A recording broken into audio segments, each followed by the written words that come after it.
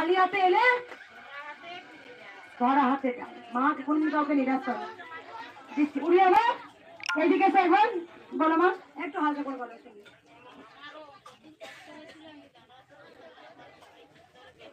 পায়খানা দ্বারা ব্যথা হতো, খুব যন্ত্রণা হতো। আগে এসছিলে, ঘরে বসে নাম জপ করেছিলে। কোথা থেকে আসছো মা? উড়ি আবার দেখো, এইখানে মায়ের কাছে যাও, গাড়িটা নিয়ে এসো। বেশ ঠিক আছে, আমি একবার সবাই চুপ করে দাঁড়াবে না একটু, আর কিছু বলবো না। আমি জানি দিবস শুনবো। দাও ওনাকে ফোনটা। একবার সামনেগুলো বসে পড়ো না, একবার সামনেগুলো বসে পড়ো। বসে পড়ো মা, বসে পড়ো, সামনেগুলো বসে পড়ো। আমি বলছি বসে পড়ো, সামনেগুলো বসে পড়ো, তোমাদের সুবিধা হবে। বসে পড়ো, বসে পড়ো, মায়ের স্থানে বসো। মা বসতে পারছেন না, চেয়ার নেবেন? বেশ ঠিক আছে, দাঁড়ান। সব বসে পড়ুন, বিবস্ব বীর। বসে পড়ুন আপনারা সবাই। একবার সবাই বলুন জয়। কেটে ওইদিকে হয়ে গেছে। বেশ ঠিক আছে, সবাই বসে পড়ুন। আপনারা যারা যারা আছেন সামনে মা বসে পড়ো। মা বসে পড়ো, তোমাদের ভালো লাগবে, বসো। আমি বলছি একটু দেরি হবে, মায়ের পুজো করবো, আলতা পড়াবো, সিঁদুর পড়াবো, মাকে সেবা দেবো, মাকে আদর করবো। ধরো ধরো, এদিকে সরেছো,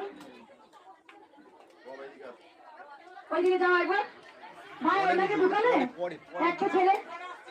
বেশ ঠিক আছে, ঠিক আছে। আমি একটা কথা কি বলবো লাস্টে, ভক্তিতেই মুক্তি। ভগবান শ্রীকৃষ্ণ তার মতো দয়ালু পৃথিবীতে আর কেউ নেই গো, যার সাগরে বিছানা। হে কৃষ্ণ দীনবন্ধু জগতে পথে গোপেশ্বর গোপিকান্ত রাধা কান্ত নমস্তুতে। উনি দয়াল ঠাকুর, আমরাই ডাকার মতো ডাকতে পারি না। যিনি কৃষ্ণ তিনি কালী, যিনি কৃষ্ণ তিনি কালী। ভগবান এক এবং অদ্বিতীয়। আর জানো, যারা শিবের ধ্যান করো, যারা ওম নমঃ শিবায় ধ্যান করো, শিব শক্তি মহাশক্তি জানো মায়। ওম নমঃ শিবায় যারা জপ করতে পারো না, শিব হচ্ছে আদি অনন্ত, যার কোনো শেষ নেই। তাই সৃষ্টিকর্তা ভগবান শ্রীকৃষ্ণ দয়ালু, তিনি হচ্ছে সাগরের যার বিছানা, তাকে তো আমরা ডাকার মতো ডাকতে পারি না। তাই যিনি কৃষ্ণ তিনি কালী, ওর মতো দেখো। একবার নারদ না ভগবান শ্রীকৃষ্ণকে বলছিল, আমি একটু কথা বলে আমি যাবো, তোমরা ভগবানের কথা শুনলে একটু শ্রবণ করো। ভগবান শ্রীকৃষ্ণকে নারদ বলছে, যে নারদ সবসময় নারায়ণ নারায়ণ বলে, বলছে আমি একবার যমরাজপুরীতে যাবো। মা বলছে আমি যমরাজপুরীতে যাবো, ওখানে কি হয় দেখবো। তাই কর্মের উপরে সবকিছু হয়, যেমন কর্ম তেমন তার ফল। আমি যেমন কর্ম করবো তেমন ফল পাবো। আমি পাপ কর্ম করলে পাপের ফল পাবো, পুণ্যের কর্ম করলে পুণ্যের ফল পাবো।